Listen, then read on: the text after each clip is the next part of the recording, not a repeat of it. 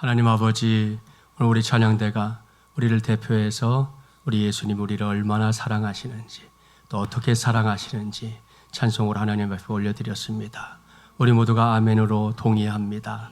이 시간 우리를 사랑하신 주의 음성 또한 듣기 원합니다.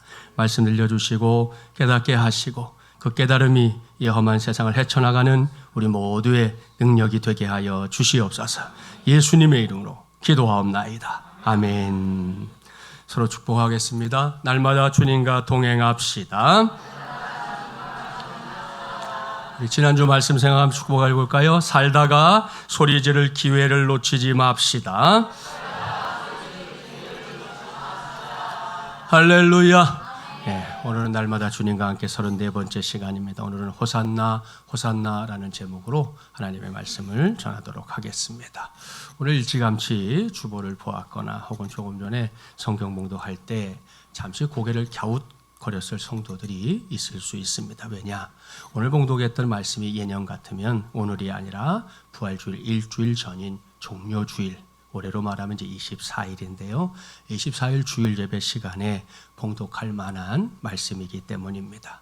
그때가 지금 우리가 지키는 사순절이라는 이 교회 절기를 놓고 보면 어떤 시기인지 아시죠? 그때는 사순절 절기의 마지막 주간이고요. 흔히 고난주간 이렇게 부릅니다. 고난주간은 예수님께서 십자가 달려 죽기 위해 예루살렘 성에 들어간 날로부터 시작해서 십자가 달려 죽은 후에 다시금 부활하기까지의 한 주간을 가리킵니다. 그래서 우리 교회에서도 그동안 사순절의 마지막 주간이자 특세 마지막 주간에는 예수님께서 예루살렘 성에 들어갔던 그 본문의 사건으로부터 시작해서 한 주간 동안 백성들에게 말씀하셨던 것들을 중심으로 새벽 메시지를 전하곤 했었습니다. 그렇게 중요하고 의미심장한 종려 주일마다 오늘 우리가 봉독했던 말씀은 그야말로 단골 본문입니다. 이건 우리 교회만이 아닙니다. 한국 교회 전체, 아니 전 세계 교회가 다 그러합니다. 그렇다면 그걸 모르는 것도 아닌데 왜 오늘 이 말씀을 봉독했느냐? 우리 교회가 작년 6월 첫 번째 주일부터 날마다 주님과 함께라는 큰 주제 아래 이 마태복음의 말씀을 지금 쭉 따라가면서 주일 메시지에 귀를 기울이고 있는 중이라는 거 다들 아시죠? 우리가 알고 있는 대로 복음서 자체가 예수님의 생애, 그것도 공생애에 집중적으로 초점을 맞추고 있고요. 특별히 종료주일 이후 한 주간, 그러니까 예수님이 진 십자가 달려 죽는 그 순간에 이르기까지 있었던 여러 사건과 또 그때마다 남겨놓은 많은 말씀의 기록들이 있습니다. 그런데 종료주일로 시작된 고난주간이 딱 일주일뿐이고요. 그 다음 주일이 부활주일 이렇게 되다 보니까 어떤 때는 그 사이에 있었던 일들을 제대로 살피지도 못했는데 고난주간이 휙 지나가 버리는 그런 경우가 왕왕 있다는 거지요. 그래서 올해는 오늘 미리 종료주일에 해당하는 본문 말씀을 중심으로 주일 메시지를 전하고요.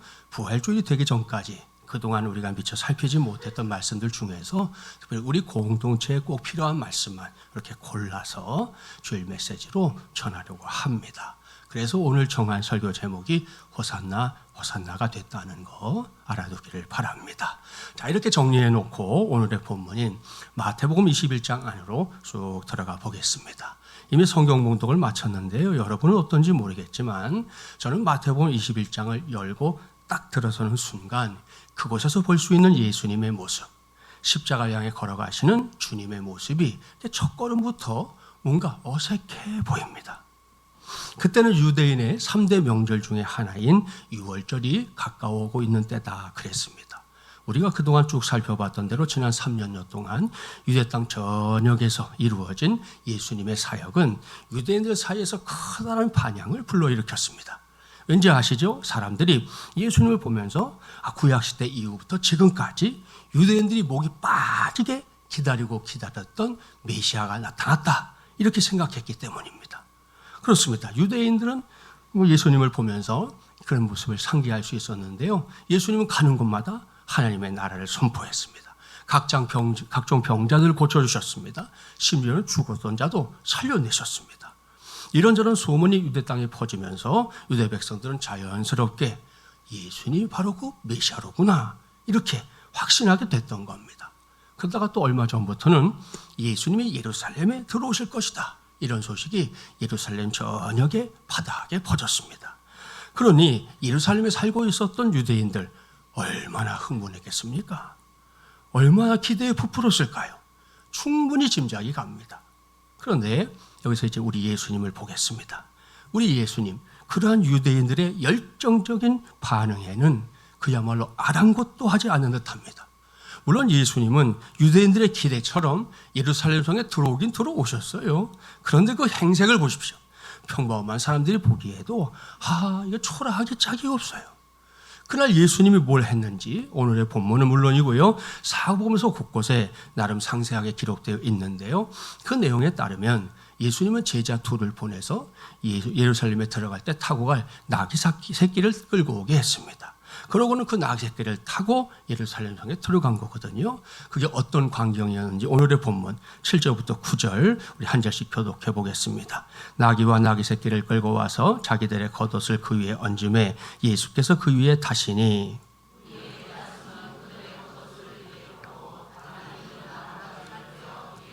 함께 봉독합니다. 앞에서 가고 뒤에서 따르는 무리가 소리 높여 이르되 호산나 다윗의 자손이여 찬송하리로다. 주의 이름으로 오시는 이여 가장 높은 곳에서 호산나 하더라. 아멘. 사랑하는 마중물예랑 가족 여러분, 잠시 이 말씀을 여러분이 여러분의 머릿속으로 또 마음으로 묵상해 가면서 한번 이렇게 그림을 한 장 그려보세요. 한쪽에는 그야말로 열광하는 백성들이 있습니다. 그리고 저 성문 앞에는 나귀 새끼를 타고 예루살렘 성에 들어오는 예수님의 모습이 보입니다. 그 광경이 여러분의 눈에는 어울립니까? 안 어울립니까? 안 어울려요. 그래서 이런 걸 두고 흔히 하는 말, 언밸런스하다 그럽니다. 여러분이 알고 있는 밸런스라는 말은 균형, 평형, 어울림 뭐 이런 뜻이잖아요. 거기에 그랬으니까요. 어떻다는 거예요? 지금 이게 균형이 맞지 않는다. 영 어울리지 않는다. 이런 뜻이 되는 건데요. 방금 우리가 교독했던 말씀으로 그림을 그려보면 딱 그 광경이 나온다는 거예요. 옳습니다. 조금 전에 두 무대를 말씀드렸잖아요. 한쪽 무대는 열광하는 백성들, 다른 쪽 한쪽 무대는 예루살렘에 들어오고 있는 예수님과 제자들입니다. 이렇게 두 무대를 놓고 누가 봐도 자연스럽게 그걸 하나로 묶어내려면 어떻게 해야 하느냐? 열광하는 백성들에게 걸맞게 예수님이 아주 호화찬란한 입성식을 하든지, 아니면 뭐 백마도 아니고 말이죠, 쪼랑말이라도 했으면 모르겠어. 그것도 아니고 나귀 새끼 타고 이 성에 들어오시는 예수님을 백성들이 그저 그렇게 오시나 보다, 왔나 보다 뭐 이렇게 하든지, 이게 어느 한쪽으로 몰아주는 게 더 잘 어울린단 말이에요. 이쪽으로 몰든지 저쪽으로 몰든지 말입니다. 그렇죠? 그런데 희한하게도 성경은 이 언밸런스한 상황을 있는 그대로 보여주고 있습니다.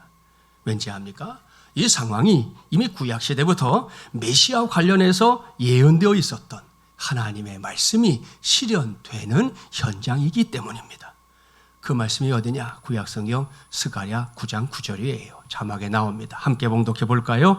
시온에 따라 크게 기뻐할지어다. 예루살렘에 따라 즐거이 부를지어다. 보라, 내 왕이 내게 임하시나니 그는 공의로우시며 구원을 베푸시며 겸손하여서 나귀를 타시나니 나귀의 작은 것 곧 나귀 새끼니라. 아멘. 할렐루야. 아주 잘 읽었습니다.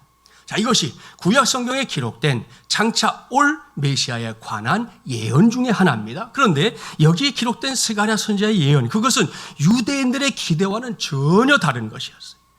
유대인들은 자신들의 메시아가 대단한 권력과 힘을 가진 존재일 것이다, 그렇게 생각했습니다. 그 막강한 권력과 힘으로 세상 나라 정도는 뒤집어 버릴 거야, 이렇게 기대했던 거죠. 하지만 하나님은 달랐습니다. 하나님은 그러한 유대인들의 생각과는 달리 지극히 겸손한 메시아를 통해 세상을 구원할 계획을 갖고 있었습니다. 그래서 종종 이 대목에서 넘어지는 사람들이 있어요. 예수님이 이해가 안 되는 거거든요. 내가 알고 있는 상식, 내가 알고 있는 삶의 경험으로는 도무지 이해가 안 되는 거예요. 그런 경우가 있는데요. 2024년 사순절 네 번째 주일 성수의 신앙으로 지키며 예배하는 우리 모두는 이걸 잘 이해해야 합니다. 왜냐? 이것이 바로 하나님의 방법이기 때문입니다. 토미 테니 목사님은 자신의 저서인 하나님 당신을 갈망합니다 라는 책에서 이 대목을 나름대로 자기가 이렇게 재구성을 해놓았어요. 한번 들어보세요. 6월절 축제가 시작될 무렵 유대의 대제사장과 종교 지도자들은 성전에 모여 메시아의 도래를 위해 기도하고 있었다. 유대의 지도자들이 성전 안에 모여 정통 유대인의 방식대로 우리에게 메시아를 보내주소서라고 기도하는 장면을 머릿속에 그려보라. 그 시각에 메시아는 나귀새끼 등에 올라타고 나뭇가지와 지저분한 옷들로 뒤덮인 거리 위를 지나가고 계셨다. 아마 성전에 있던 대제사장은 군중들의 환호하는 소리가 너무나 시끄러워서 이렇게 말했을지도 모른다. 밖이 왜 이렇게 소란스러운가? 가서 알아보게. 우리가 이 지역을 정치적으로 통제하고 있는데 대중들의 이 거리 행진을 허가해 준 게 우리가 없지 않는가? 도대체 무슨 일이길래 이리 시끄러운가? 바리새인 몇 사람을 대동하고 소요의 진상을 파악하기 위해 거리로 뛰어나간 부제사장이 잠시 후 성전으로 뛰어들어와 대제사장에게 보고한다. 큰일 났습니다. 말씀하신 대로 지금 대중들이 허가도 없이 성전 앞을 행진하고 있습니다. 하필 거룩한 명절에 이 무슨 난리입니까? 더욱이 사람들이 성전 주변의 나뭇가지들을 마구 꺾고 있습니다. 보고를 받은 대제사장은 대중들의 기도를 중단시키고 발끈 성을 내었다. 도대체 저놈들은 지금 우리가 성전에서 무슨 일을 하고 있는지 전혀 모르고 있단 말인가? 우리는 지금 모세의 전통에 따라 메시아가 오시길 간구하는 기도에 잠겨 있단 말이다.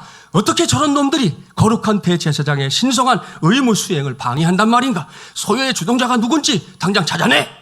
부제사장은 즉시 밖으로 나가 사람들에게 묻는다. 도대체 무슨 일이기에 난리입니까? 주동자가 누구예요? 높은 데를 보지 마십시오. 낮은 데를 보십시오. 어떤 사람이 나귀 새끼를 타고 지나가는데 그 사람 때문에 다들 이 난리라우. 저기 그 사람이 오네요. 그렇게 쓰고 있어요. 여기까지 이야기를 마친 토미 목사님이 우리에게 경고합니다. 만일 우리가 경솔하게 행동한다면 때마침 우리가 요즘 사순절절기를 지키고 있잖아요. 이럴 때 우리가 지금까지 지켜왔던 전통과 고정관념, 프로그램, 공허하고 의례적인 기도에 갇혀 있다면 그동안 하나님은 우리 옆을 슬쩍 지나가버리고 마실 것이다. 이렇게 경고합니다. 사랑하는 마중물이랑 가족 여러분, 이게 무슨 경고인지 압니까? 예나 지금이나 이것이 믿는다라고 말하는 사람들, 바로 우리 같은 사람들의 약점이라는 거예요. 무슨 말이냐? 우리는 신앙생활에 힘쓴다고 하면서도 나름대로 틀을 정해 놓았고요. 하나님의 그 틀 안에서 임하실 것이다 이렇게 생각하는 경향이 있습니다. 자, 그럴 때 우리가 생각한 대로 하나님의 역사가 나타나면 오케이. 그렇습니다. 그럴 땐 아무런 문제가 없어요. 문제는 그러다가 하나님이 우리가 생각한 틀 밖에 나타나실 때인데요. 그럴 때면 우리 모두가 영락없이 하나님을 만날 수 있는 좋은 기회를 너무나도 쉽게 잃어버리고 만다는 겁니다. 이게 무슨 말씀인지 중세시대에 전해지는 이야기 하나 해드릴 테니까 잘 들어보세요. 한 수도사가 그야말로 매일 그리고 간절하게 기도했습니다. 하나님, 제발 제게 나타나 주시옵소서. 제 눈으로 하나님을 뵙기를 원합니다. 저의 간절한 소원입니다. 제발 제 앞에 나타나 주시옵소서. 여러분, 이 기도 오늘날에 우리가 들어도 얼마나 간절하고 귀한 기도입니까? 그리고 하나님의 자녀가 이렇게 간절히 기도하는데 그 기도의 대상이 되시는 하나님이 가만히 있을 리가 있겠습니까? 그러던 어느 날, 여느 날과 마찬가지로 그 수도사가 같은 기도 제목으로 기도하고 있었어요. 하나님, 저는 오늘도 하나님을 보고 싶습니다. 제발 하나님을 볼 수 있게 하여 주시옵소서. 그랬더니 그날 하나님의 이 기도를 들으시고 드디어 응답하셨습니다. 사랑하는 아들아, 나 여기 있다. 그러자 어떻게 됐을까요? 이 수도사가 너무 놀라가지고 그 자리에서 죽어버렸어요. 죽어버렸다는 거예요. 여러분, 이 얼마나 아이러니한 일입니까? 그렇게 하나님을 보고 싶다고, 제발 하나님을 보여달라고 엄청 실히 간절하게 기도해 놓고는 정작 하나님이 나타나시니까 그걸 감당하지 못하고 죽어버렸다고 하니 이 정말 너무 아이러니한 일 아닙니까? 토미테니 목사님, 바로 그러한 어리석음을 지적하는 거예요. 우리 어설픈 신앙생활이 하나님을 만날 수 있는 아주 좋은 기회를 너무 쉽게 잃게 할 수도 있다는 거 말입니다. 그러한 토미 목사님의 경고는 예수님의 시대에 그대로 적중했습니다. 강력한 힘과 권력을 가진 메시아를 기대했던 종교 지도자들과 그 무리들을 보세요. 그들은 예수님을 제대로 알아보지 못했습니다. 사복음서 꼭 읽어보세요. 예수님의 정체를 제대로 알아보지 못했던 그들, 예수님을 두고 귀신 들린 존재다 하고 몰아세웠습니다. 어떨 때는 하나님의 율법을 제멋대로 해석하는 신성모독의 주인공이 저 예수야 하고 고발했습니다. 그런가 하면 예수님을 로마 정부에 대항하는 정치범으로 몰아가는 일들도 왕왕 있었습니다. 결국 그들은 예수님을 제대로 알아보지 못했던 거지요. 오늘의 본문에서 확인할 수 있는 예수님의 예루살렘 입성도 같은 맥락에서 볼 수 있는 사건이에요. 누가 봐도 참으로 보잘것없는 일이었습니다. 2000년 전 그날 예수님의 모습은 결코 화려하지 않았습니다. 화려의 화자도 찾아볼 수 없는, 예수님은 도리어 매우 초라해 보였습니다. 그런데 이것이 여러분 하나님의 방법이라는 거예요. 그렇습니다. 하나님은 우리가 범접할 수 없는 거대한 모습으로 우리를 찾아오지 않았습니다. 하나님 편에서만 생각하면 그게 맞아요. 그렇게 되는 게 맞는 거예요. 그런데도 하나님은 그런 방법을 선택하지 않았다는 거예요. 도리어 누구나 다가갈 수 있는 겸손의 왕으로 우리에게 찾아오셨습니다. 그것이 고작 말구유 위에 태어나신 예수님의 모습이었고요. 오늘은 다른 거 다 거절하고 고작 나귀 새끼 한 마리를 타고 예루살렘 성에 들어오고 있는 예수님의 모습, 바로 그것인 줄 믿습니다. 그렇다면 겸손의 왕으로 오신 예수님, 왜 예루살렘 성에 들어오신 겁니까? 도대체 뭘 위해서?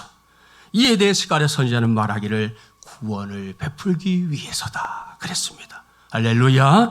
이것은 예루살렘 성에 입성하는 예수님을 쳐다보면서 당시의 백성들이 외쳤던 그 외침에 정확하게 부합하는 일이었어요. 그들이 뭐라고 외치고 있습니까? 호산나, 호산나 이렇게 외쳤습니다. 무슨 뜻입니까? 우리를 구원하소서, 우리를 구원하소서, 이런 뜻인데요. 이것이 예루살렘에 입성하는 예수님을 향해 열광하는 그 군중들의 하나 같은 소원이었습니다. 동시에 이것은 예수님이 예루살렘에 굳이 들어갔던 이유이기도 했습니다. 그렇습니다. 예수님께서 예루살렘에 올라가신 이유는 딱 한 가지예요. 오로지 인류의 구원을 위해서였습니다. 풀어서 설명한다면 억만주약으로 죽을 수밖에 없었던 저와 여러분을 하나님과 만나게 하려고 예수님이 나귀새끼를 타고 예루살렘 성에 들어가신 것이다, 이런 말씀입니다. 사랑하는 마주물려랑 가족 여러분, 우리는 여기서 사람이라는 존재가 어떤 존재인지 그걸 확실하게 알 수 있습니다. 이 시간에 그걸 말씀드릴 테니까 명심하시고 반드시 기억하며 살기를 바랍니다. 사람이 어떤 존재냐? 사람은 철저하게 하나님의 구원이 필요한 존재입니다. 믿습니까? 할렐루야. 바로 그걸 반증해 주는 것이 뭐예요? 호산나, 호산나입니다.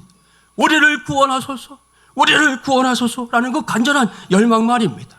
그렇습니다. 우리는 우리 자신이 바로 구원을 필요하는 존재라는 사실, 그걸 명심해야 합니다. 그걸 꼭 기억하고 살아야 합니다. 그걸 해내면 예수님이 십자가를 지기 위해 예루살렘에 들어가신 거, 그게 얼마나 위대한 사랑인지 깨닫게 될 겁니다. 또한 예수님이 십자가에 의해 높이 달리신 게 우리에게 어떤 의미인지, 내게 어떤 의미인지 그것도 잘 깨닫게 될 겁니다. 남미 아마존 밀림의 강물 속에는 식이 물고기로 알려져 있는 피라냐라는 이 물고기가 그야말로 떼를 지어 살고 있습니다. 이 물고기의 크기가 작게는 손가락만한 것도 있고요, 개중에 큰 놈은 성인 남성의 팔뚝만한 것들도 있습니다. 그러니 아무것도 모르는 사람이 무심코 그 강을 건너보겠다고 물속에 풍덩하고 뛰어들어가면 어떻게 되겠습니까? 아주 끔찍한 일이 벌어집니다.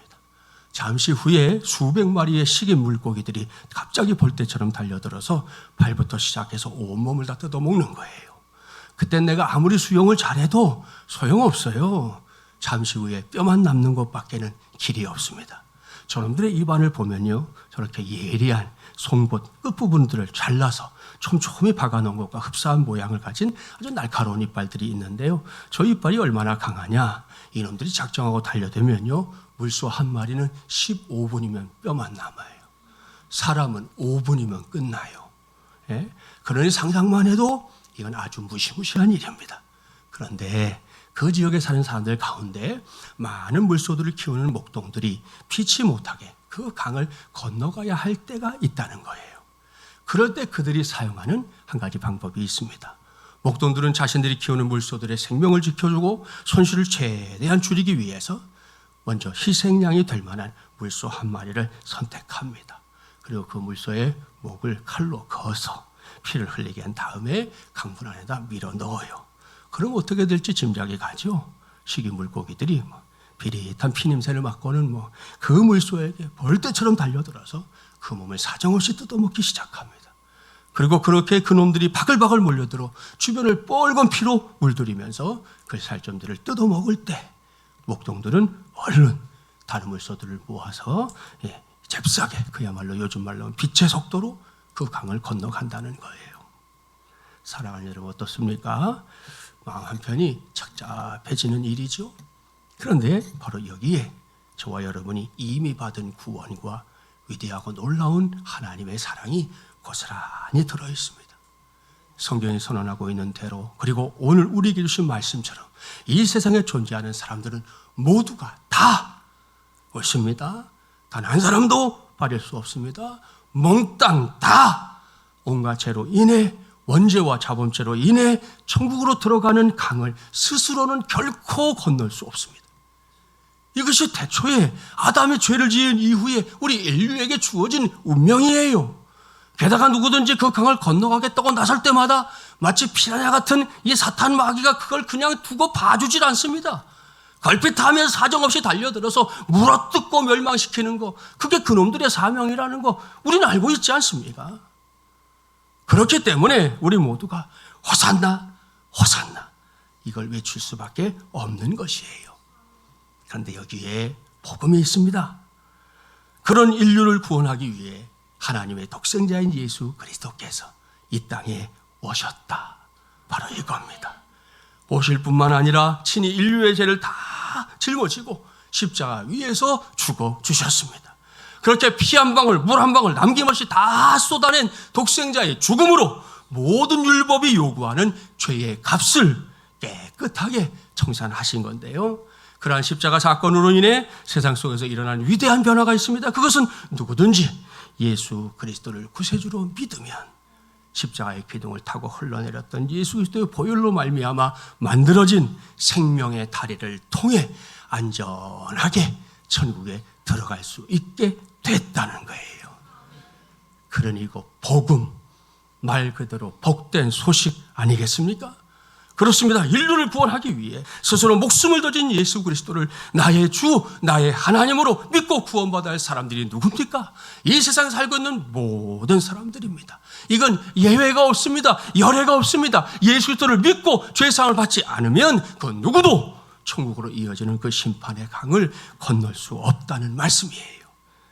사랑하는 여러분처럼 예수 그리스도가 없는 인생들은 결국 불타는 지옥에 떨어질 수밖에 없다는 걸 강력하게 경고하는 책이 성경입니다.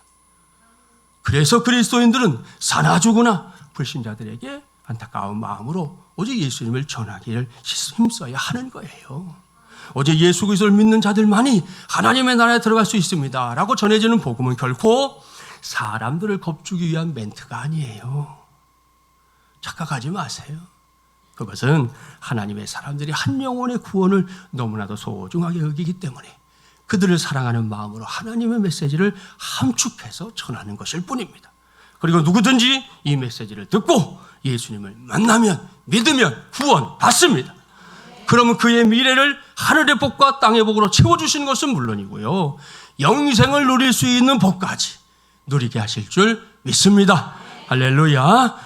종종 이런 사람이 있어요. 당신들이나 믿으라고. 난 천국과 지옥 따위 믿지도 않아. 꼭 그렇게 유난을 떨어야 교회로 전도가 되는 거 아니잖아. 이렇게 막 버럭버럭 소리 지르면서 전도자를 비꼬는 무신론자들을 만날 때가 있습니다. 좋습니다. 선택은 어디까지나 자유예요. 믿든지 안 믿든지 그건 그분의 자유입니다. 그런데 여러분, 그 자유를 구원과 멸망의 잣대로 심판하는 것, 그것은 하나님의 자유입니다. 우리의 자유만 있는 거 아니에요. 하나님에게도 자유가 있어요. 그건 하나님의 자유예요. 그러니 믿음의 길을 선택한 사람들만이 천국에 들어갈 자격을 얻게 된다는 이 놀라운 진리, 결코 잊어서는 안 됩니다. 이것이 오늘도 하나님의 자녀로 살아가고 있는 우리 모두가 이미 받은 위대한 구원의 열매인 줄 믿습니다. 따라서 여기서 우리가 붙잡아야 할 중요한 신앙 고백이 있습니다. 그것은 예수 그리스도의 십자가가 나를 구원하기 위한 하나님의 심판의 도구였다는 사실입니다. 이것이 성경의 한결같은 증언입니다. 그래서 2024년 사순절 네 번째 주일 오늘 이 시간에 여러분에게 한번 물어보겠습니다. 여러분은 그러한 사실을 확실하게 믿으며 살고 있습니까? 내가 매일 기쁘게라는 책을 쓴 벤 패터슨 목사님이 있는데요. 이 책을 보니까 그야말로 아주 놀라운 선교지의 이야기가 있어요. 패터슨 목사님이 심호했던 뉴저지의 한 교회가 예수님의 그 일대기를 담은 영화를 동아시아의 정글에 있는 원주민들의 언어로 번역하는 작업을 재정적으로 후원했었다는 겁니다. 이 책에서 목사님은 강압적인 이슬람 정부가 통치하기 때문에 이 부족에 대해서 더 자세히 말해주는 것은 곤란하다 그렇게 밝혔습니다. 아무튼 당시에 이 원주민들은 예수님에 대해 들어본 적이 없었고요. 영화 이런 거 본 적도 없었습니다. 그런데요, 처음으로 예수님에 대한 영화를 본 원주민들의 반응이 실로 대단했습니다. 병자를 고치시고 또 아이들에게 인자하게 말을 건네던 선량한 한 남자, 그러니까 예수님이 재판도 받지 못하고 붙잡혀서 매를 맞자 영화를 보던 사람들이 앉아있던 자리에서 흥분하기 시작했어요. 이게 뭐야, 저게 뭐야, 뭐 이런 분위기 있잖아요. 그들은 화면을 향해 막 소리를 지르고 주먹까지 막 흔들어댔습니다. 그런데도 아무런 변화가 없으니까 이들의 시선이 영사기를 돌리고 있던 선교사님을 향했다는 거예요. 그때 선교사님이 느낀 시선은 이거였어요. 저 선교사가 이 억울한 상황을 만들고 있는 거 아니야? 그런 것 같은데 뭐 이런 눈치였다는 거예요. 그때 선교사님이 잠시 영화 상영을 멈추고 아직 이 이야기가 끝나지 않았으니까 조금만 더 같이 지켜봅시다 설명해야 했습니다. 사람들은 나머지 부분을 봐야 됐기 때문에 마지못해 흥분을 가라앉혔습니다. 잠시 후에 예수님을 십자가에 못 박는 장면이 이어졌습니다. 그러자 다시 막 흥분한 사람들, 어떤 사람들은 바닥에 쓰러져서 통곡했습니다. 그래서 선교사님이 잠시 영화를 멈추고 그리고 그들에게 남은 시간에 이야기를 해줄 수밖에 없었다. 그렇게 회고합니다. 사랑하는 마주물려랑 가족 여러분, 사순절 네 번째 주일은 오늘 이 시간에 여러분은 이들의 외침이 너무 터무니없이 들립니까? 그렇지 않습니다. 결코 그렇게 생각하면 안 됩니다. 이 원주민들은 난생 처음으로 만나는 예수님의 일대기를 보면서 그분의 십자가 때문에 그 뭔지도 모르면서도 부림을 쳤다는 거예요.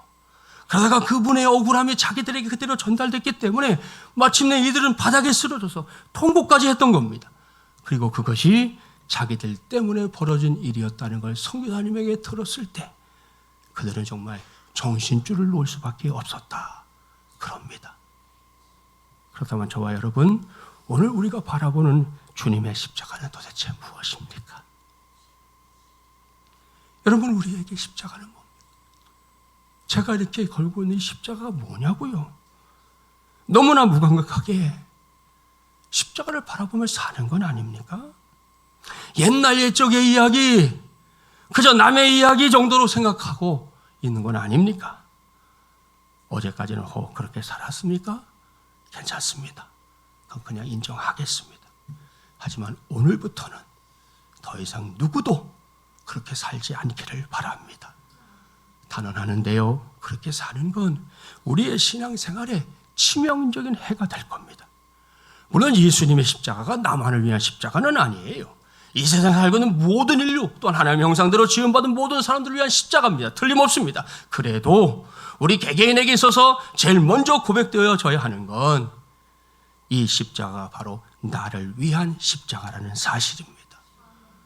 따라서 이 시간 우리 모두는 예수님의 말씀에 귀를 기울여야 합니다. 특별히 십자가에 달리셨을 때 첫 번째로 하셨던 십자가 위에서의 외침 기억하시죠? 아버지요, 저희의 죄를 사하여 주옵소서. 자기의 하는 것을 알지 못함이니이다. 미쳐 돌아버리겠죠. 이것이 정말이지 억울하기 짝이 없게 십자가에 매달리면서도 끝까지 우리를 사랑하셨던 우리 예수님의 음성입니다. 그러니 이 음성 오늘 이 시간을 통해 목사인 저에게, 성도인 여러분에게도 꼭 들려줬으면 좋겠습니다. 그리고 그 음성이 들리거들랑 우리 역시 오늘은 이렇게 고백했으면 좋겠어요.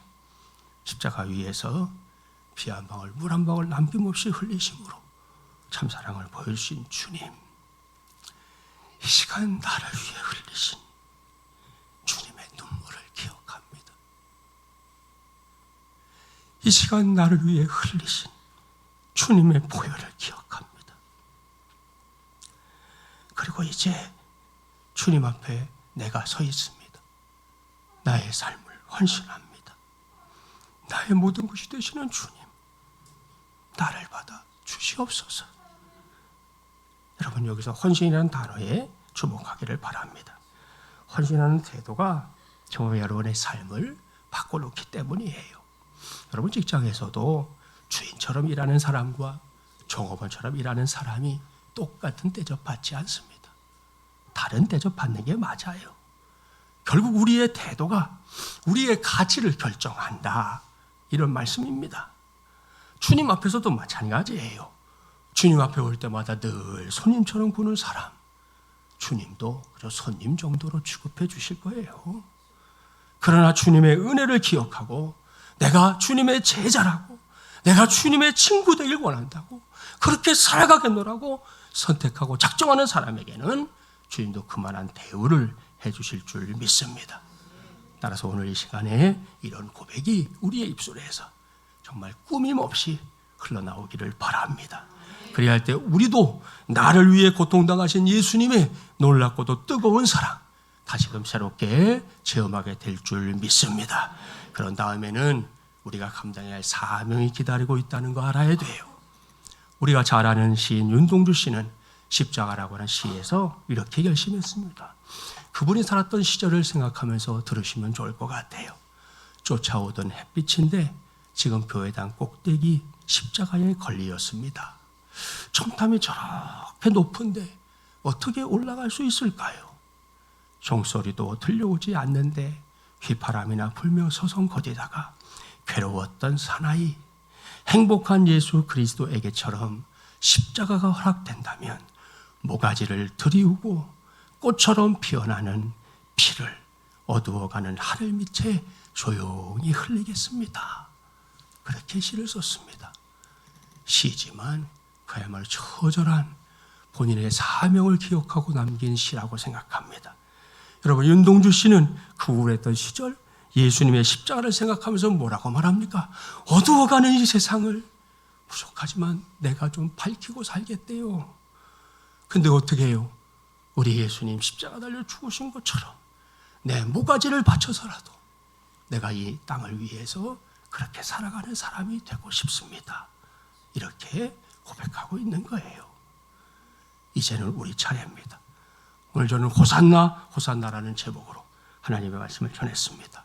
그 말씀을 붙잡고 나를 위해 고난당하신 주님을 위해 이제는 우리가 뭔가를 할 때입니다.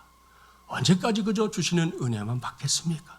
나도 그 은혜에 반응해서 할 수 있는 게 있다면 해야 하는 거 아니겠어요? 당장 남아있는 이 제24 특세를 통해 주님의 영광을 드러내는 삶 확실하게 구하기를 바랍니다. 뭐 다른 날은 말고요, 내가 관계된 날은 한 번쯤 새벽 깨어 보세요. 예수님은 우리를 위해 목숨도 주셨는데 그 새벽 깨우는 게 그렇게 힘들어서 그저 새벽 기도하는 내내 한 번도 마음을 두지 않는다는 것은 그건 좀 다른 문제인 것 같다는 거예요. 그러니 이를 위해 이번 특세에 허락하신 주제를 붙잡고 함께 우리 모여서 간절하게 기도합시다. 나의 사랑, 주님의 피로 값주고 사신 이 교회잖아요. 여러분, 이 교회가 그 피에 의해서 세워진 교회라는 거 우리 잊지 말아야 됩니다. 그러니 사랑하는 마음으로 기도하고 섬겨야 되지 않겠습니까? 할렐루야. 아울러 돌아오는 부활주일에는 나를 위해 고난당하시고 나를 구원하기 위해 십자가 달려 죽으셨다가 부활하신 예수 그리스도를 자랑스럽게 전하는 그 사역에도 동참하기를 바랍니다. 그래서 주님께 드릴 생명의 열매를 거두고 그 열매로 인해 하나님께 영광 돌리는 우리 모두가 되기를 바랍니다. 이것이 오늘도 십자가를 향해 나아가시는 주님께 드릴 우리의 삶인 줄 믿습니다. 오늘 이후 이러한 삶으로 주님을 이전보다도 기쁘게 하는 우리 모두, 우리 교회 꼭 되기를 주님의 이름으로 간절히 축원합니다. 기도합시다. 전능하시고 자비로우신 하나님 아버지, 2024년 사순절이 벌써 중반을 넘어서서 깊어져 가고 있습니다. 이 계절에 하나님의 자녀된 우리 모두가 소망하는 것은 십자가를 지기 위해 묵묵히 걸어가시는 주님의 곁에 조금이라도 더 다가서는 것입니다. 그러한 우리에게 이 시간 말씀 들려주시니 감사합니다. 2000년 전에 나귀 새끼를 타고 예루살렘에 들어오신 예수님을 통해 하나님께서 우리의 생각 너머에서 역사하시는 하나님이시라는 거 알게 하여 주시고 하나님의 식과 하나님의 방법을 붙잡고 살고자 하는 우리 모두가 좀 더 용기 내고 좀 더 담대해질 수 있도록 하나님 도와주시옵소서. 특별히 오늘은 호산나를 붙잡고 간절하게 기도합니다. 우리를 구원하소서라는 이 간절한 외침 속에 우리 모두가 주님의 구원이 필요한 존재라는 사실이 들어있습니다. 깨닫게 하여 주시옵소서. 결코 우리 힘만으로 살 수 없는 세상이라는 거 알고 깨달을 때가 분명히 있었는데 돌아서면 잊어버리는 저희들의 연약함을 주님 불쌍히 여겨주시고 다시금 오늘 나는 주님의 구원이 필요한 사람이라는 사실 앞에 무릎 꿇는 성도들 되게 하여 주시옵시고 그 절절한 심정으로 이 시간 2000년 전에 골고다 언덕 위에 세워졌던 주님의 십자가 앞에 서게 하여 주시옵소서. 그 십자가가 2024년을 살고 있는 내게 어떤 의미인지 정확하게 깨닫게 하여 주시기를 원합니다. 주님의 십자가에서 들려오는 주님의 음성에 귀를 기울이게 하시고 그 십자가가 다름 아닌 나를 구원하기 위한 사건이었다는 거 오늘 제대로 알게 하여 주시옵소서. 또한 그 십자가 나만을 위한 것이 아닌 것을 알기에 나 아닌 다른 사람들에게도 그 복음을 전하는 데에 최선을 다하는 우리 교회, 우리 성도들 되게 하여 주시옵소서. 이 모든 말씀 우리의 구세주로 이 땅에 오신 주 예수 그리스도의 이름으로 간절히 기도하옵나이다. 아멘.